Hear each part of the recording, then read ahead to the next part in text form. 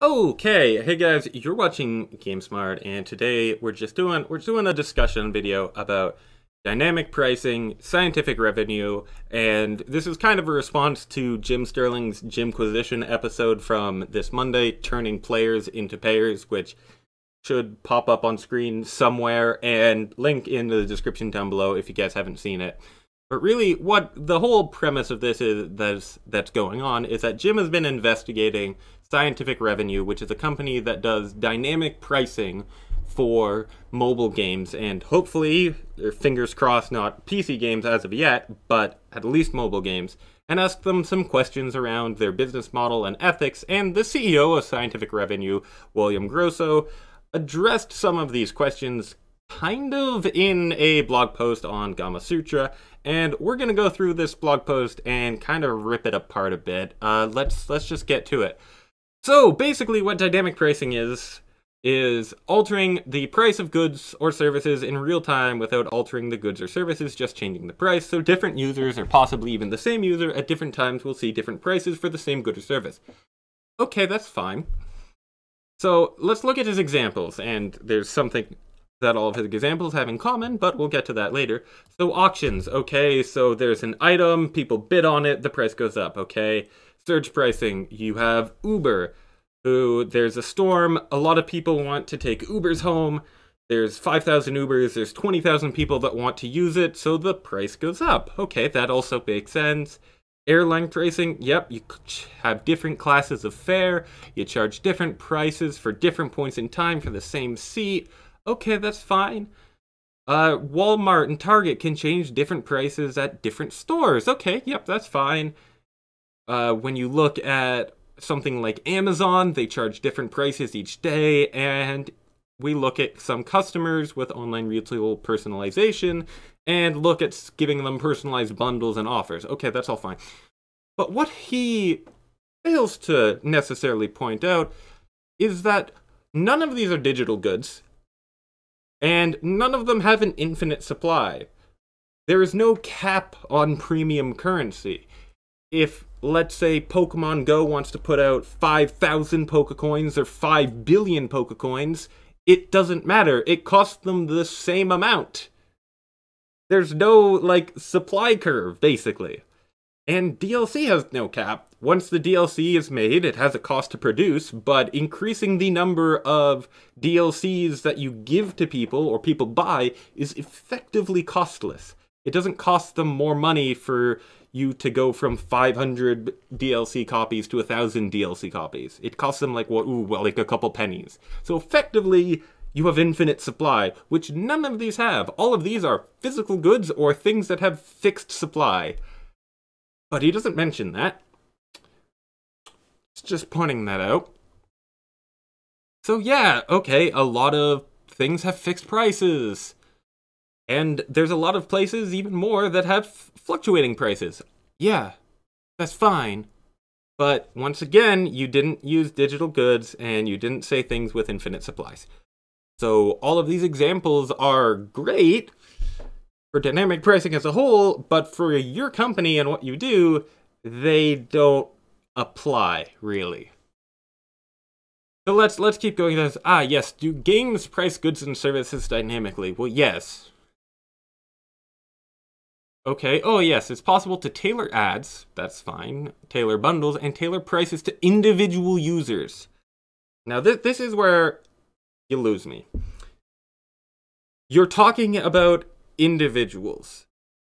So not like groups of people or anything, you're talking about individuals. It's like going into a store. And yeah, okay, showing you different ads, showing you different bundles based on your interests, that's fine. But you're going into a store and you are being charged more than the person standing beside you because this machine learning and algorithm told them that they can get away with it. Does that seem wrong to you? Like, at all? Like, it should seem wrong.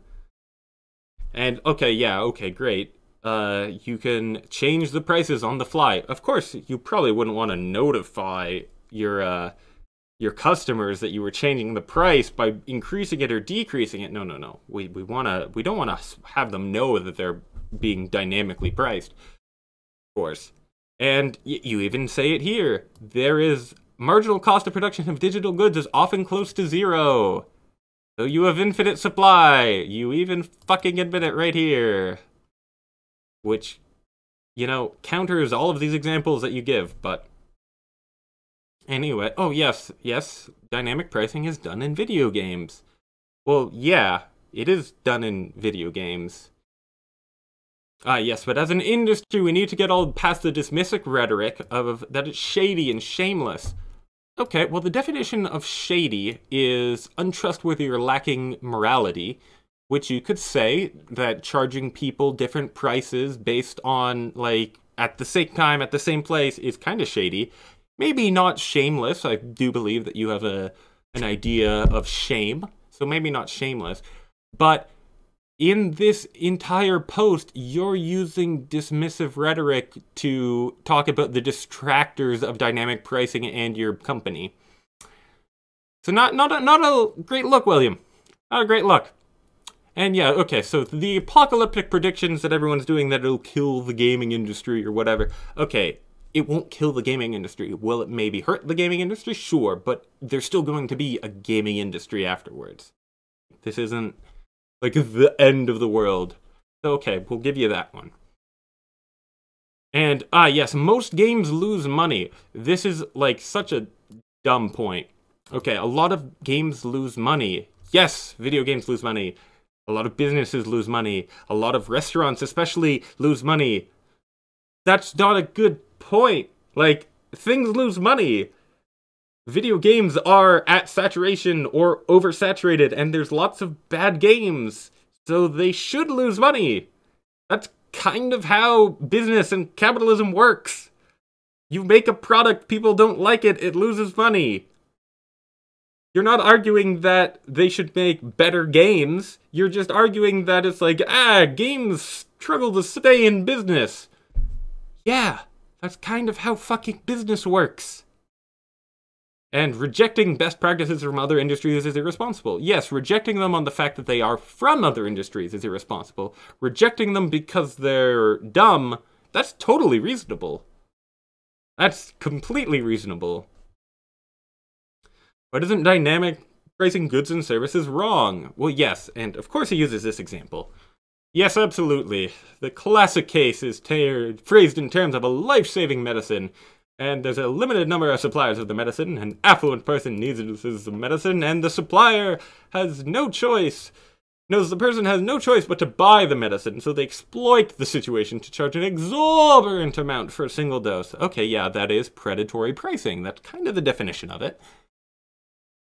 But there's limited number of suppliers, and it costs so much to make the medicine, and this is wrong, but how is yours different?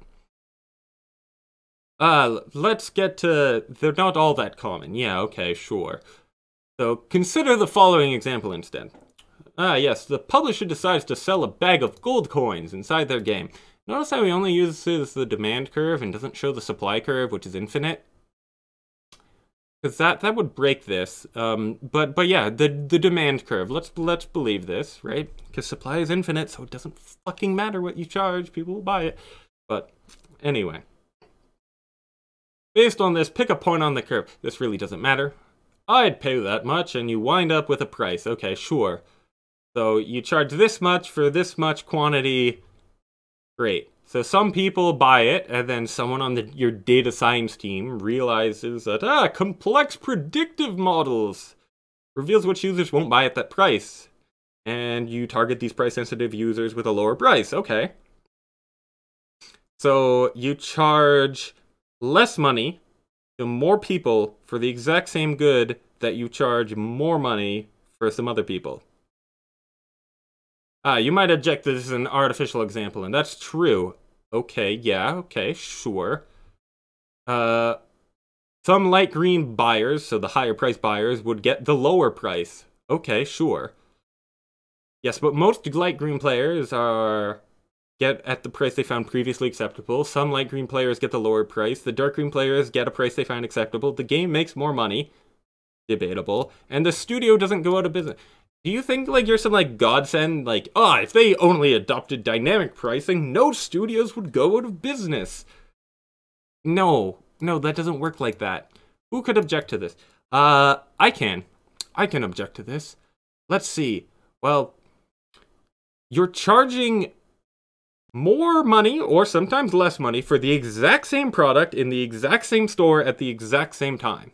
It's like going into a Walmart and there's a guy there beside the t-shirts and he looks at you and says, well, you're wearing a suit, so this t-shirt, usually 10 bucks, but for you, it's 20.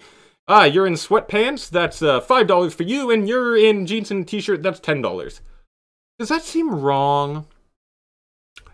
Because it should seem wrong. So yeah, who could object to this? Lots of people could object to this. Like, what? What are you trying to say here? Yeah, so now it's true that most companies will immediately think, yeah, we can charge more to some people. Yes, and you even admit that lots of companies think that way. Oh, and here's some more dismissive rhetoric. While it's fun to imagine robber barons twirling the mustachios, it's not a realistic situation, okay. So you say that, well, the gamers are participating in a voluntary transaction for an entertainment good. It's not like it's medicine or batteries, so it's okay if we fuck them over a bit, right? That's kind of what this whole point boils up to. It's that, it's voluntary, and it's entertainment, so we can fuck you over a bit, it's fine. And then there's lots of suppliers, and games struggle with retention and engagement. Yeah, but you just used the point that lots of games go out of business as an example of why people should use dynamic pricing, but then you're using a lot of games go out of business as an example of... What? This is such a moot point. It's such a weak point. Don't even use this. Okay, now your next point. But isn't dynamic pricing unfair in competitive games? Yes. It's unfair in pretty much all games if you're doing it on an individual per individual basis at the same time for the same product in the same store, which is what you're doing. So yes. Yes, but isn't dynamic pricing inherently unfair in a game where players play against each other? Charging different prices to different people in a competitive game is wrong.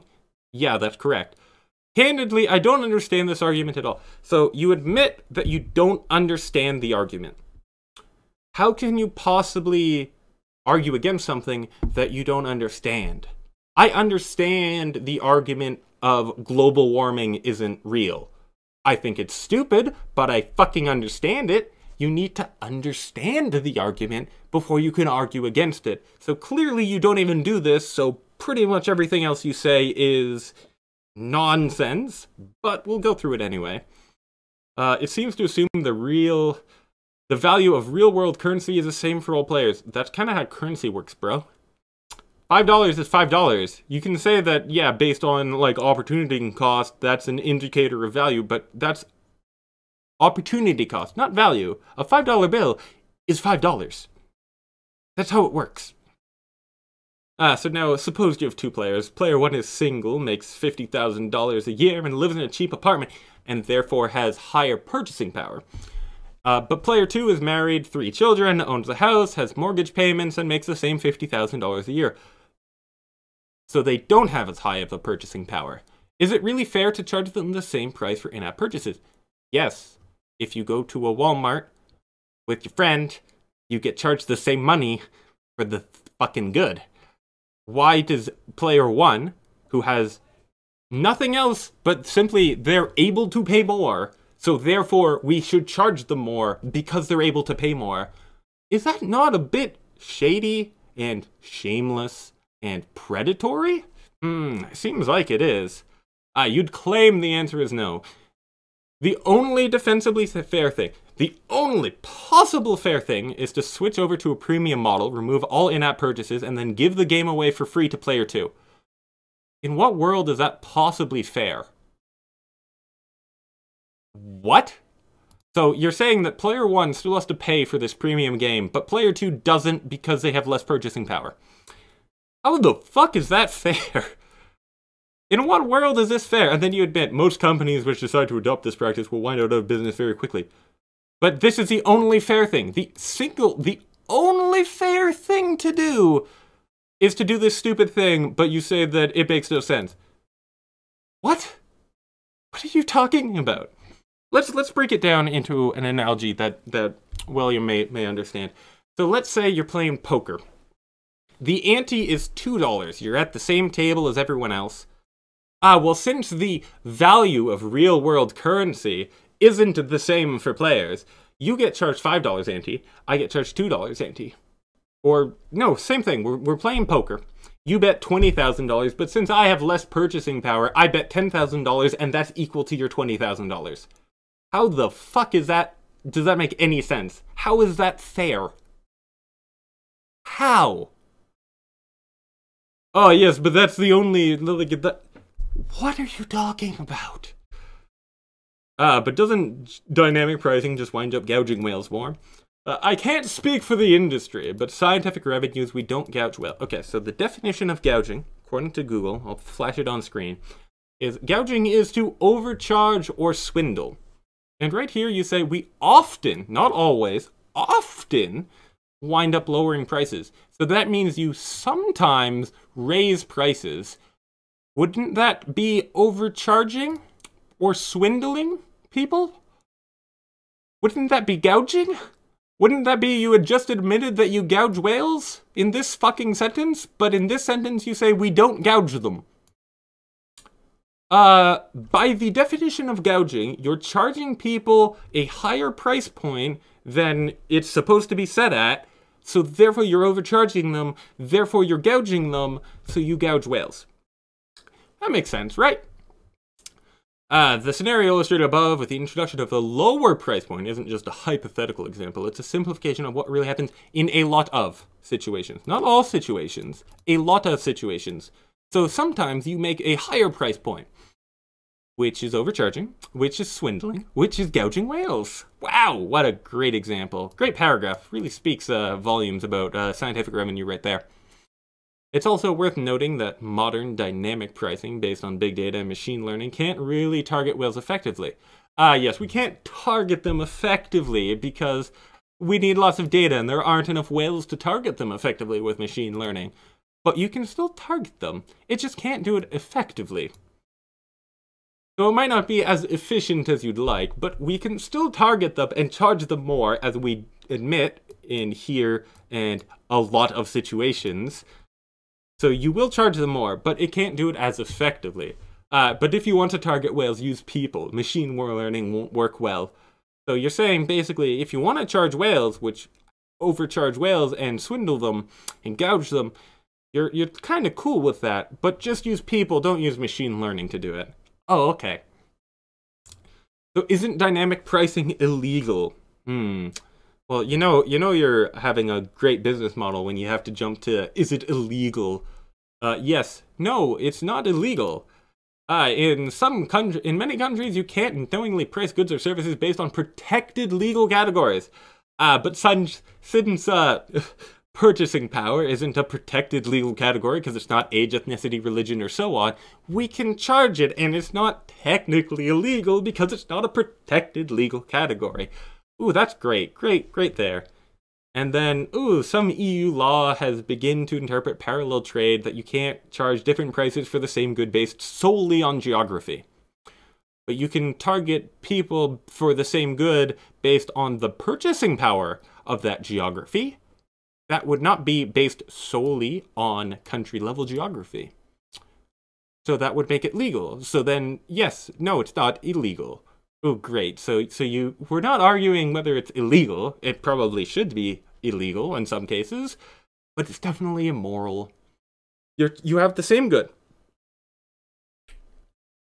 in the same store at the same time, and you're charging people different prices for it.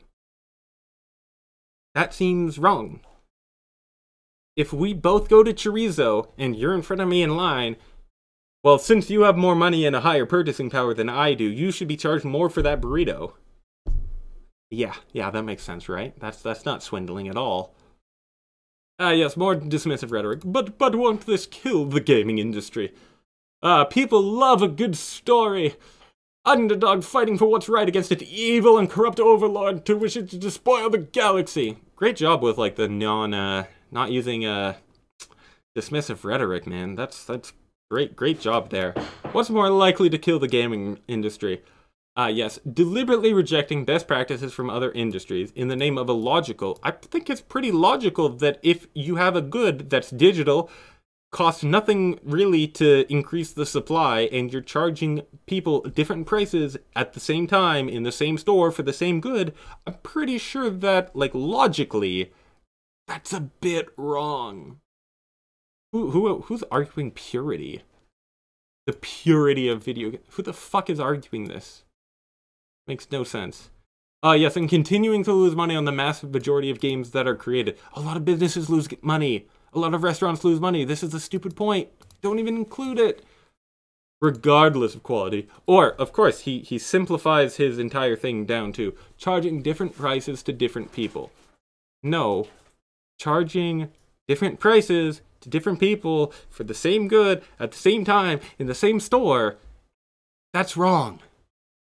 You think the answer is clear? Yes. So let's go where dynamic pricing is okay. Okay, it makes sense that for all players, the older a game gets, the less expensive it gets, right? If you buy something at launch day, it's going to be your 60 or 80 bucks or whatever. But if you buy it like in 4 years, Game of the Year edition, it'll be like 20 bucks. Okay, that's fine. Region and location-based pricing. Yeah, some regions or locations have different purchasing power as like a whole. So if you're selling a game in Russia, well, then it makes sense to have a lower price point than if you're selling it in the US. Okay, that makes sense, but it's for entire regions. We're not talking about individuals. If it's not anywhere competitive, no leaderboard, no playing against other people, well then, yeah, sure, it makes a bit of sense. If it's just I'd even argue, like, in cosmetic items, it's not cool. Because, like, think of the outrage if Overwatch charged some people, like, 100 coins for a loot crate, but some people get it for 50 coins because they have more coins than the other person. That's fucking bullshit. No one would accept that. So basically, he used examples that aren't relevant because they're not digital goods and they don't have basically infinite supply at no extra cost. He used dismissive rhetoric, which he said that he wanted to stop using. Okay, but he's basically arguing that it is totally cool for us to charge different prices to different people for the same fucking good at the same time.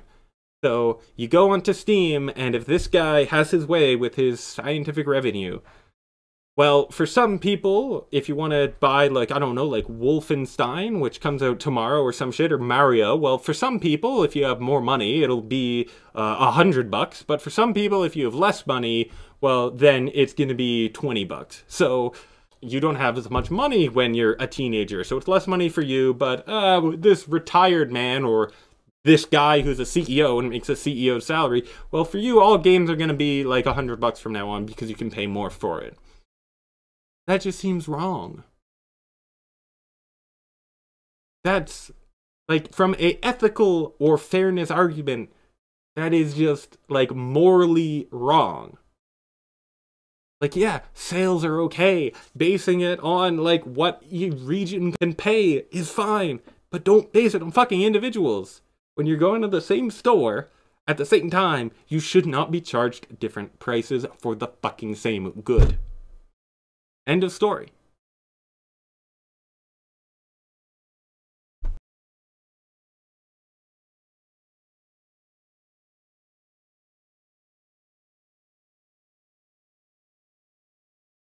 Anyway, thank you guys for watching. Let me know in the comments down below what you thought of Jim's episode, what you thought of this blog post, which I'll also link down below, what you thought of my review, talking about it. Do you agree with some points? Do you think dynamic pricing is good for the gaming industry, bad for the gaming industry? Let me know your thoughts in the comments down below. As always, make sure to smash that like button, as those YouTubers say. Subscribe and hit that little bell. I guess I have to tell you that too. But yeah, as always, see you guys next time.